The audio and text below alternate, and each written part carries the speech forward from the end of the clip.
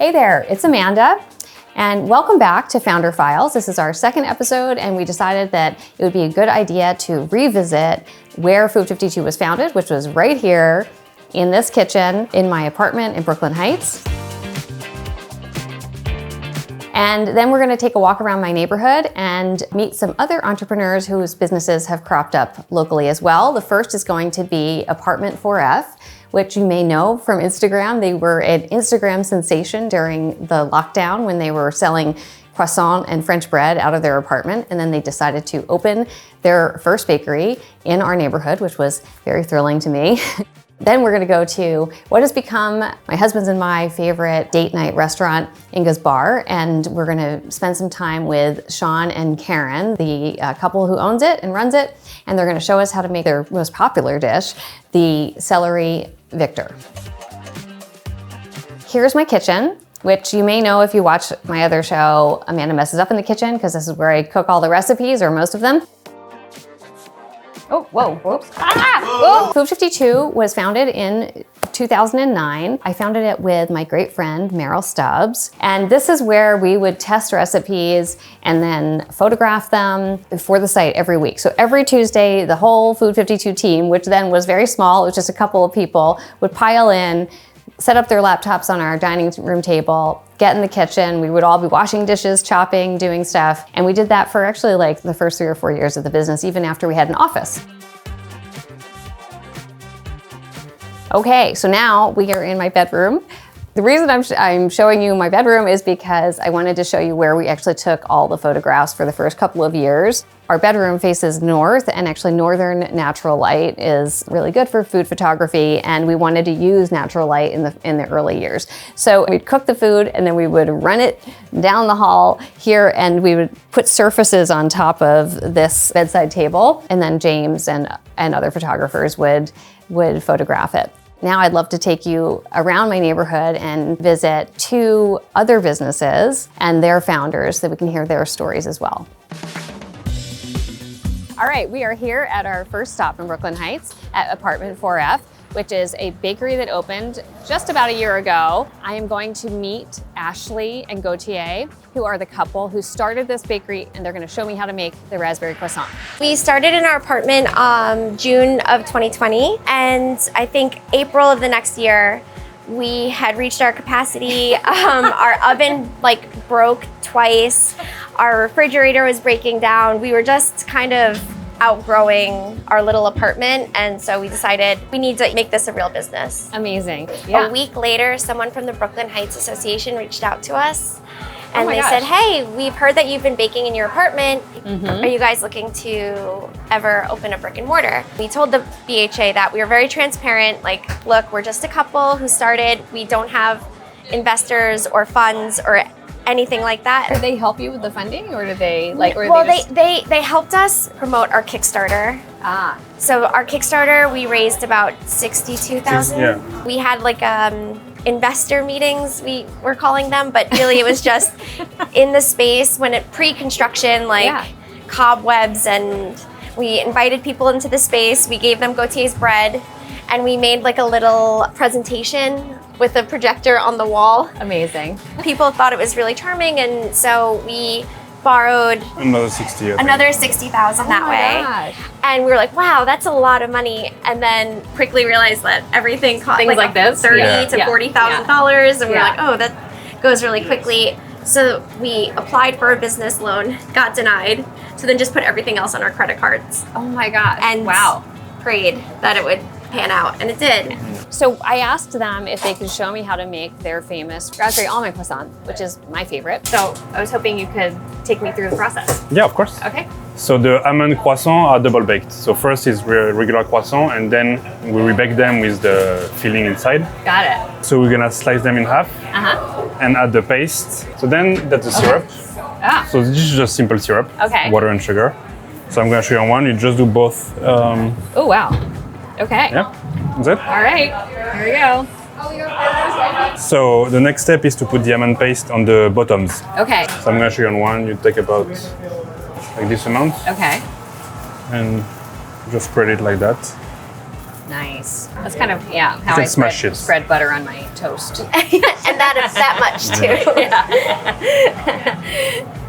So then you grab these two discs. Okay. One here and one there. So like, you close it and then you really. Oh, you press it down. Okay. Yeah, you can really. Yeah, and then a little bit more on top. Oh, okay. Didn't realize that. It's funny. I thought you had to be like so delicate with this, but it seems like that's actually not very helpful to be. Yeah. Okay. All right. So I'm gonna do that, and then I like this part. Yeah, you put all your weight on it, and. Okay. Is that good? Yeah. All right. All right, and then a little bit more on top. A little bit more on top. Like that. Perfect. Okay. So we add a little bit more of sugar. Okay. Just so this can stick. Oh, I see. So we put like not too many, but like that. All right. Yeah. So, Gautier, you were not always a baker, Nope. right? No. You were actually behind the computer screen. Yeah, I used to be a software engineer. Yeah. Yeah. It started because I wanted to recreate the croissant. So I took it as like a science project, kind of, trying to see why it would rise, what like the importance of flour, the water, and all of that. You had like a Microsoft Excel sheet. Oh, really? That he would put his recipes in. So should we pop these in the oven? Yeah, so it's ready. So put it in the middle. Okay. This is Mark Agger. He was one of the first Food52 investors, and I just learned he was also one of the first Apartment 4F investors. Yes, you are a neighborhood champion, the champion of neighborhood business. You taught me how to think about good food companies. So when I saw these guys, I said, "Oh, what did Amanda say? What did Amanda say?" So, I love that. Well, listen, I don't want to get in the way of this amazing chemistry that's happening. So I'm gonna let you slip out. Okay. It's nice to see you. So good to see you. These are looking good. All right. Okay. So do you want to grab this, or do you want me to show you first? I think I'd love your expert. So I mean, you just want to make it snow on top. Nice. But it's so pleasing. It's like, ooh, this is awesome. So this is freeze-dried raspberry powder. Yes. I think I do need a tub this large at home. But so this, you just grab, you can do like this. Oh, okay. Flick it on. And then go. Yeah. What's your croissant consumption per week now? I always try to cut down, but yeah. He went to the doctor and they said your cholesterol might be a little high. Oh, really? So we said, okay, go do maybe 2 croissants a day is not. Oh my gosh, this is so good. Thank you so much for having us and also letting us interrupt your very, very busy production. And thank you so much for everything you've done for our neighborhood. Thank you so much. Thank you.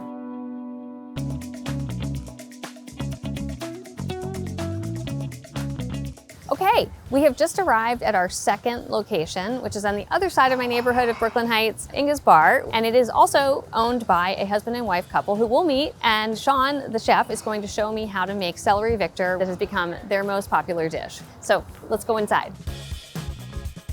So happy to be here with you, Sean. Being behind the scenes, I'm usually out in the dining room.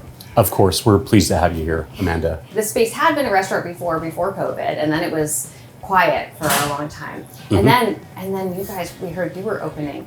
And it was just so surprising because at that moment in time, it was like, who is going to dare to open a restaurant post-COVID? Deep down, myself and my wife and business partner, Karen Callahan, we really wanted to open up a neighborhood restaurant. At some point, Karen said, what sort of small businesses in New York City do you think are going to actually survive this? And my answer was, I think the sorts of small businesses where the owners are boots on the ground, where the owners can actually do the business that they run. Yeah. And I said, let's be a part of the rebirth. Love that. And she was like, great, let's commit. And so Amazing. That happened. And somehow, some way, we were very lucky to be in touch with the Brooklyn Heights Association, the neighborhood association. And when they heard we were interested, they were just so 110% on board and getting behind us. So they helped us find the space. and it's been busy from day one. I'm really excited to learn how to make the celery Victor, which has become kind of the dish that you are known for. I don't know where you came up with your celery Victor salad recipe, but this is the hotel where it originated from. It is quite different from your version. I think has a bunch more complexity, but it's definitely rooted in this original recipe, which involves poaching celery. When we were like originally talking about the roots of the recipe itself, I just consistently envisioned like the Time Life cookbooks from like the 1970s, something with like blandly looking glazed celery. And I think at some point I saw a version that had green peppers. And I was like, well, that sounds awful to me. But like, what could we do with that? Just to give people a sense of like how long this idea has been, like of playing around with braising celery. This is from 1910. So here we are, 113 years later. Amazing. Braising celery still. Should we get started? I'd love to. Yeah. So the basis is veg stock. We're going to add some aromatics here with some peppercorns. I'm a huge fan of fresh thyme. Yeah, me too. And I'm not going to tie it up and do a bouquet garni. I'm just going to toss it in there. All right. Fresh lemon juice and the lemons themselves. Okay. So you're going to braise scallions and celery. Yeah, we pull up the leaves, we save the leaves to utilize them in the salad, which we will do later. But really, yeah, it's not a hugely scientific process, but it's a drop in, simmer. And are you looking for them to be like just tender or have like a little bit of crunch left? That's a great question. Like anybody that works, has cooked a lot knows that there's carryover cooking. So we do want them to have a little bit of crunch left, knowing that they're also going to cool in the braising liquid. Yeah. And that will help impart more flavor. Yeah. And that will allow them. So for us, we do this a day in advance at least. So now we're pretty nice and tender in here.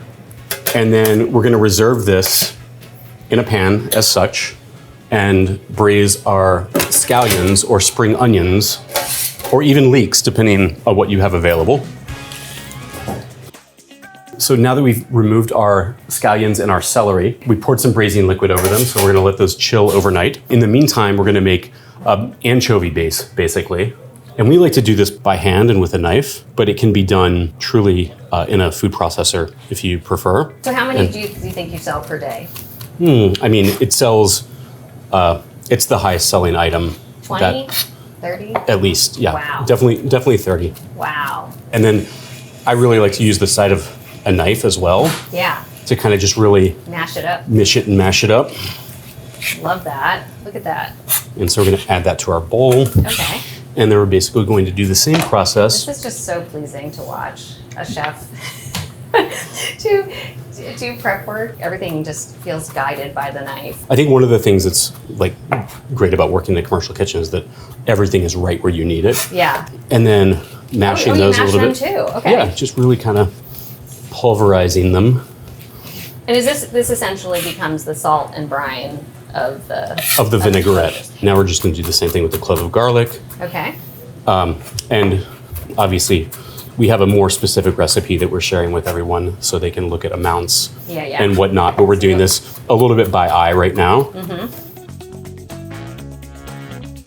going to add a little olive oil to our mix here. Crushed red pepper. Yeah. This looks so amazing. This is, again, just a very rough version of this. But so we're going to hold on to that, and we're going to end up using, you could put that on a piece of toast and feel really good about things. So now we've taken our poached celery, and we're just going to kind of cut them on a bias. Nice. Meaning kind of at an angle, as you can see here. Beautiful. And those are going to go directly into our mixing bowl. And then we've got our scallions here, kind of a similar situation.